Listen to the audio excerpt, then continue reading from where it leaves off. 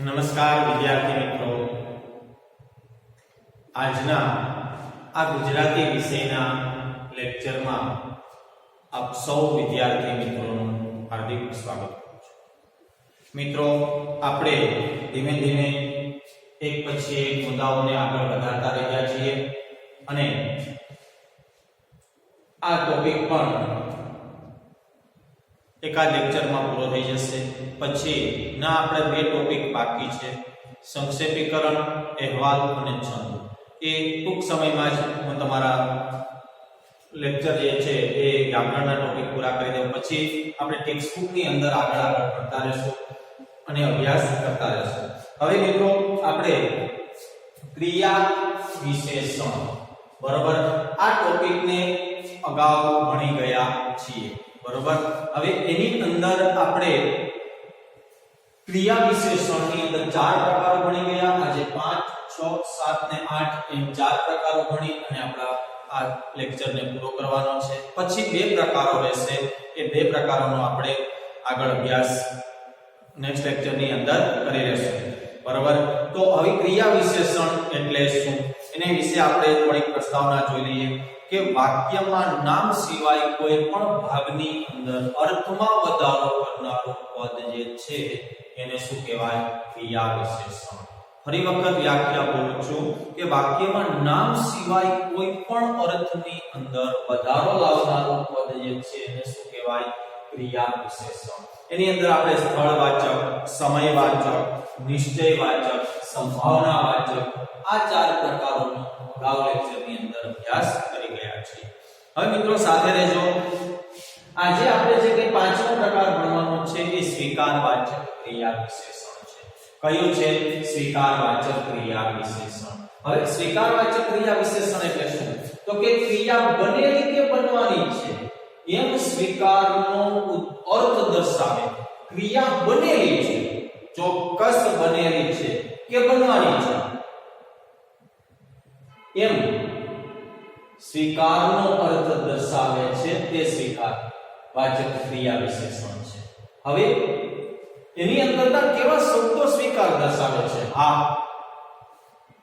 સારું, ભલે, વારું, ઠીક, છો અને જી વગેરે જેવા શબ્દો સ્વીકાર દર્શાવે છે.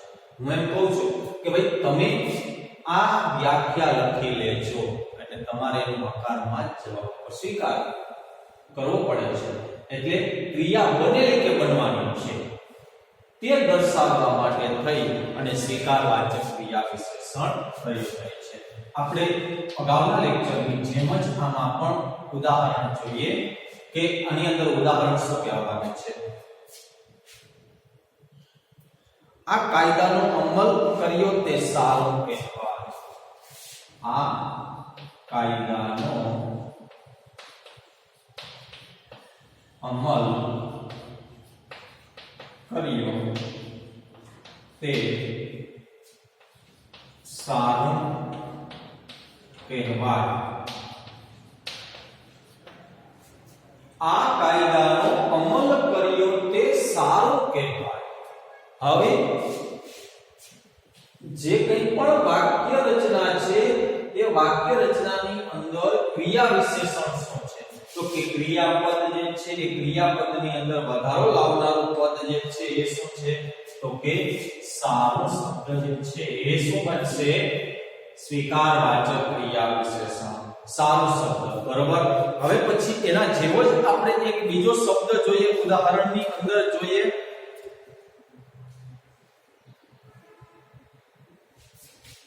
હવે જોઈએ, મયંક આપણી સાથે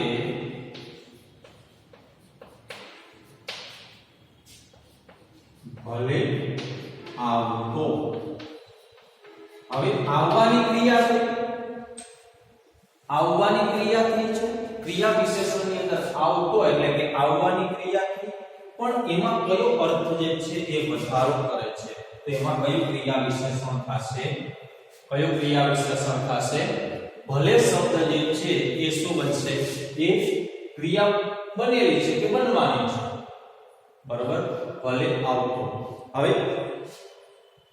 જી શબ્દથી જોઈએ. હવે જોઈએ ઉદાહરણ, ત્રીજું ઉદાહરણ. જી હું પરીક્ષામાં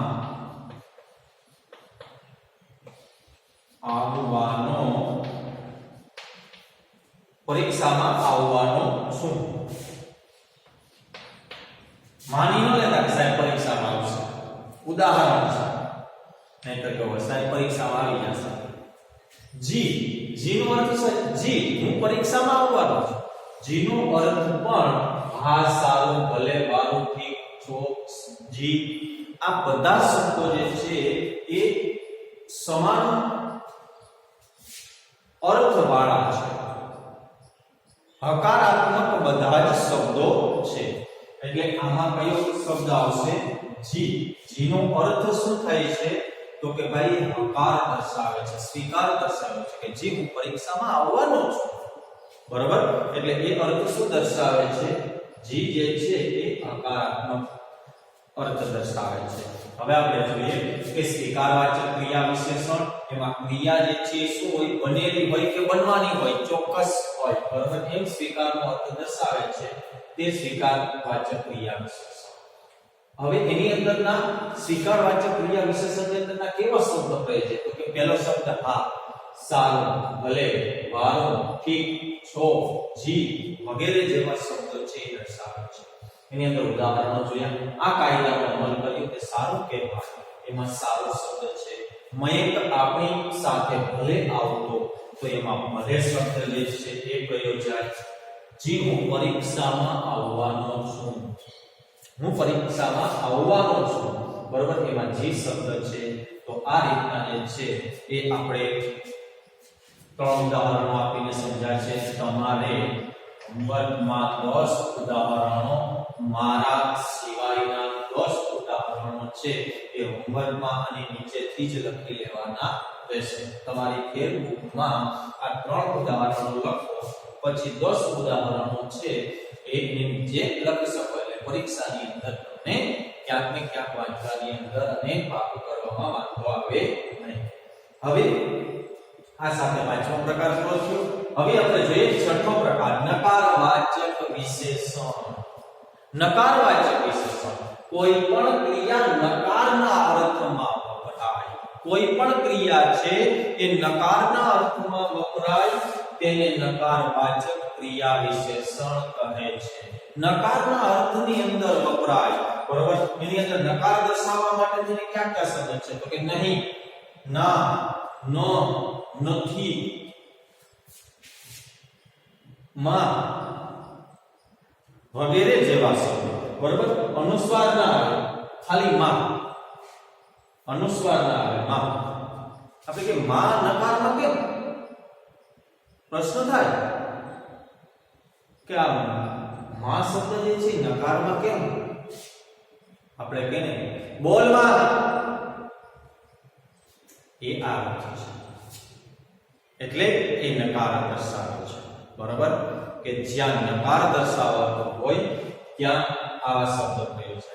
એની અંદર હું ઉદાહરણ લઉં છું, જોઈએ આપણે. વર્ગમાં તોફાન કરશો નહીં. વર્ગમાં તોફાન કરશો નહીં. હવે આમાં ક્રિયાપદની અંદર નકાર શું દર્શાવે છે? હે, ક્રિયાપદની અંદર ક્રિયા વિશેષણની અંદર નકાર શું દર્શાવે છે? તો કે ભાઈ આ કરવાનું જે છે તોફાન કરશો એ ક્રિયા થઈ છે, પણ એમાં નકાર દર્શાવ્યો છે એટલે શું થશે? નહીં. શબ્દ જે છે એ શું દર્શાવે છે? નકાર દર્શાવે છે. બરોબર,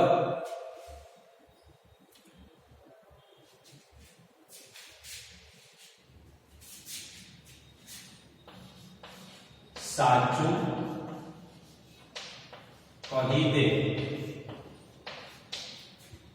ખોટું બોલમાં. ખોટું બોલમાં. પણ માં શબ્દ છે એની ઉપર અનુસ્વાર નહીં આવે. માં ઉપર અનુસ્વાર કરો એટલે અંદરના અર્થમાં થઈ જાય, પણ માં શબ્દ ખાલી છે આપણે માતાના અર્થમાં માં છે. બરોબર? એટલે કે હવે આમાં કયો આવશે? માં. આમાં નકાર થશે. સાચું કહી દે, ખોટું બોલ માં. એટલે અને નકાર દર્શાવ્યો છે એટલે માં શબ્દથી જે છે એ ઉચ્ચારણ થશે.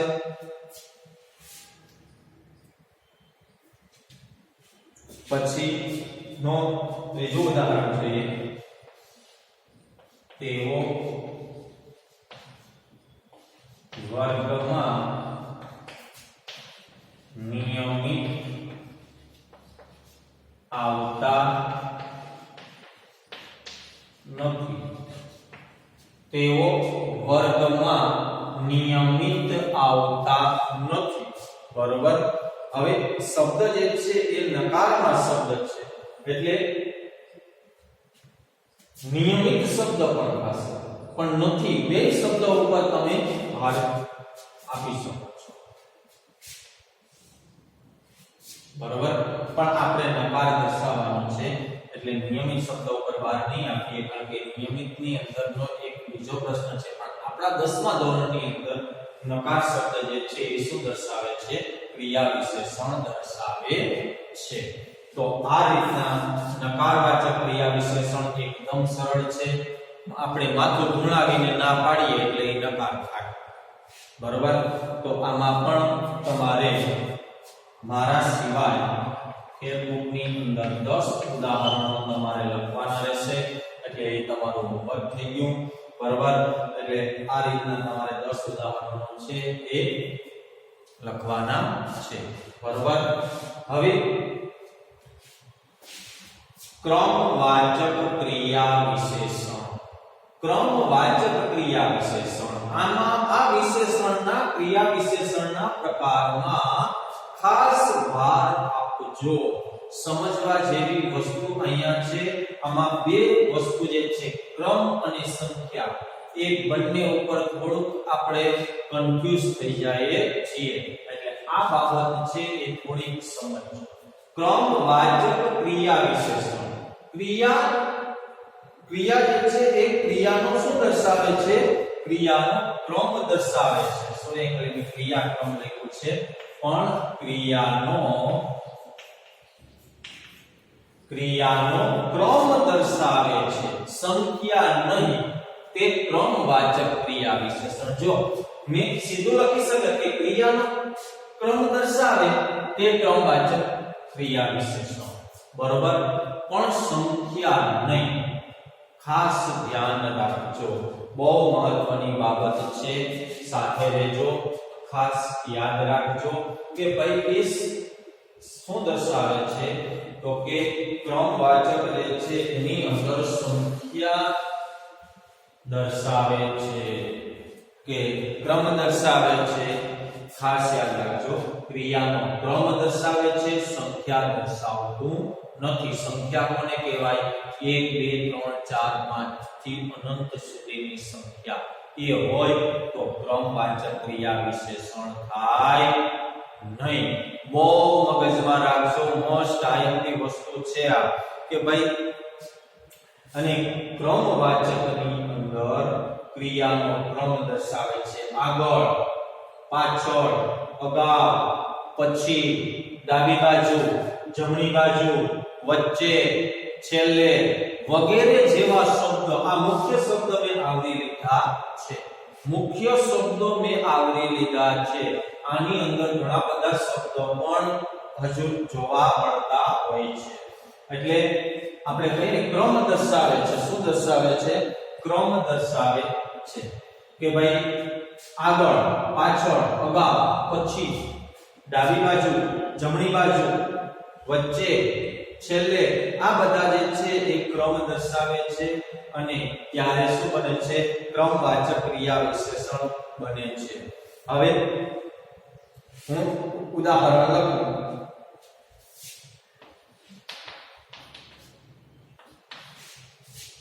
પરીક્ષિત દોડવામાં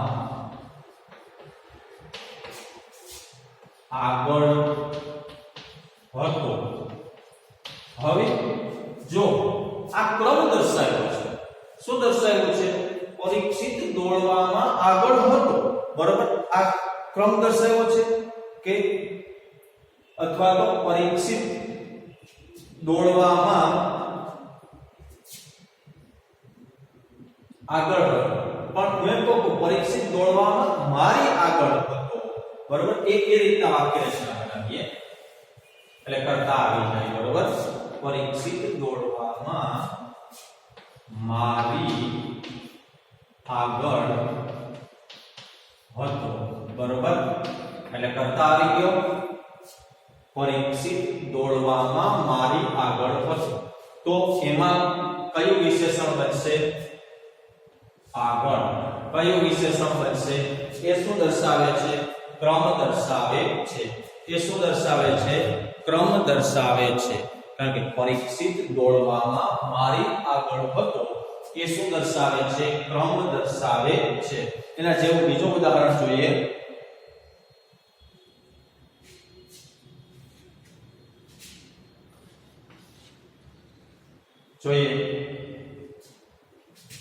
મગન બરાબર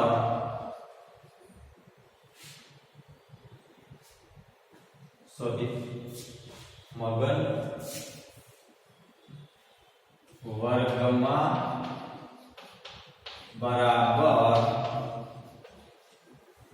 બરાબર વચ્ચે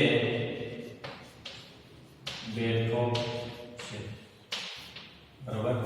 મગન વર્ગમાં બરાબર વચ્ચે બેઠો છે એટલે આમાં શું આવશે? ક્રિયા વિશેષણ વચ્ચે. શું આવશે? વચ્ચે જે છે એ ક્રિયા વિશેષણ બનશે.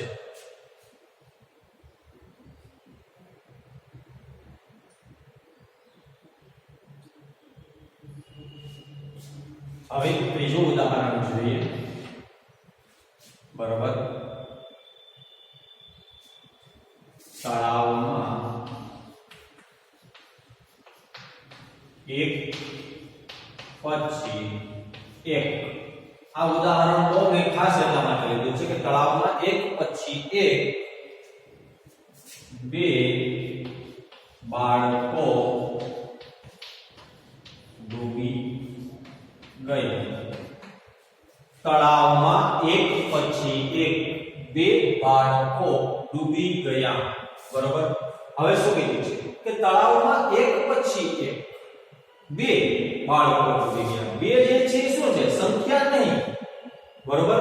સંખ્યા નહીં તે ક્રમવાચક વિશેષણ. સંખ્યા આવે ને બે શું બનશે? તો કે સંખ્યા. પછી શું આવશે? એક પછી એક.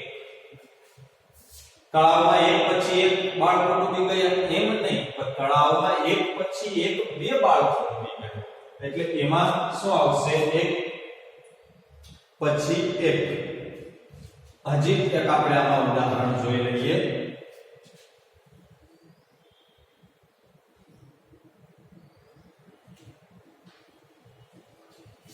સસલાનું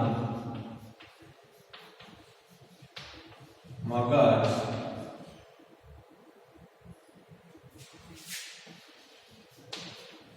એની આગળ ચાલે છે.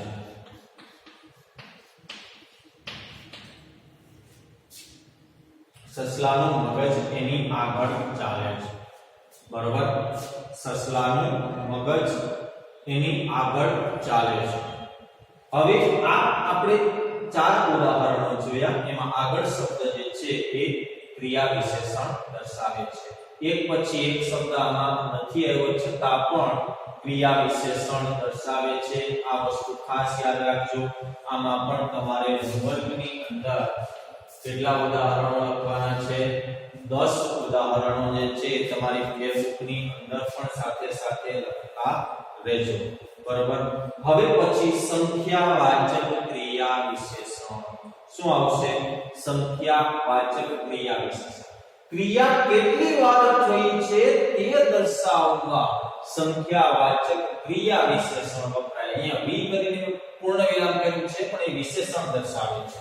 કે ક્રિયા કેટલી વાર થઈ છે તે દર્શાવવા સંખ્યાવાચક ક્રિયા વિશેષણ વપરાય.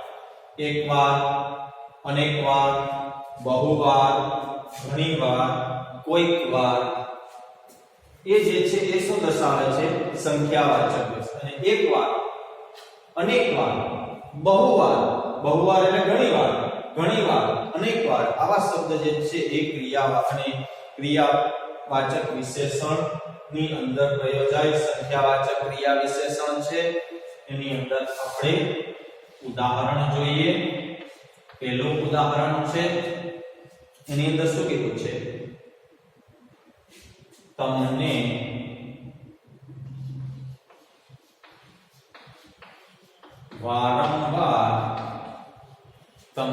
વારંવાર સૂચના આપી છે. સૂચના આપી છે. તમને વારંવાર સૂચના આપી છે. આ વારંવાર શબ્દ આવ્યો નથી પણ આપણે લખી લઈએ વારંવાર વગેરે. બરોબર. તમને વારંવાર સૂચના આપી છે. આમાં કયો શબ્દ આવશે? તો કે વારંવાર. સંખ્યા થશે.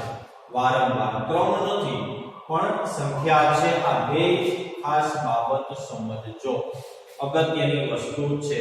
બરોબર.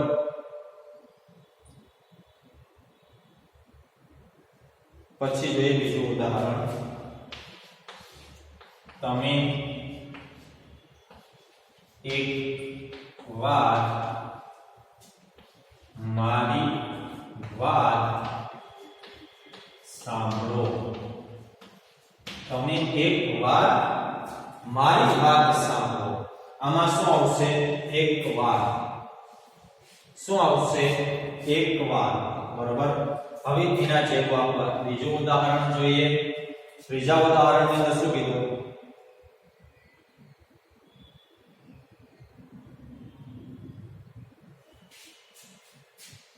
અમારે વર્ષમાં 3 વાર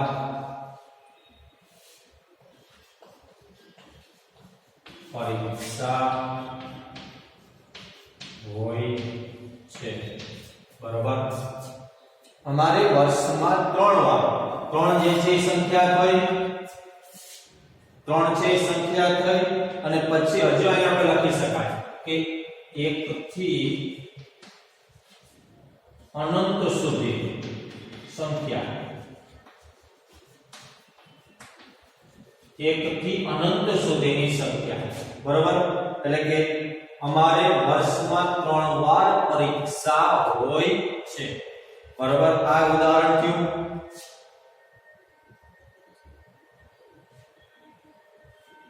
એક ઉદાહરણ જોઈએ. ગિરનાર પર મેં ઘણીવાર આરોહણ કર્યું. આમાં શબ્દ આવશે ઘણીવાર. બરાબર. આ રીતના ઉદાહરણો છે. આમાં પણ તમારે હોમવર્કની અંદર 10 ઉદાહરણો છે એ તમારે લખવાના રહેશે.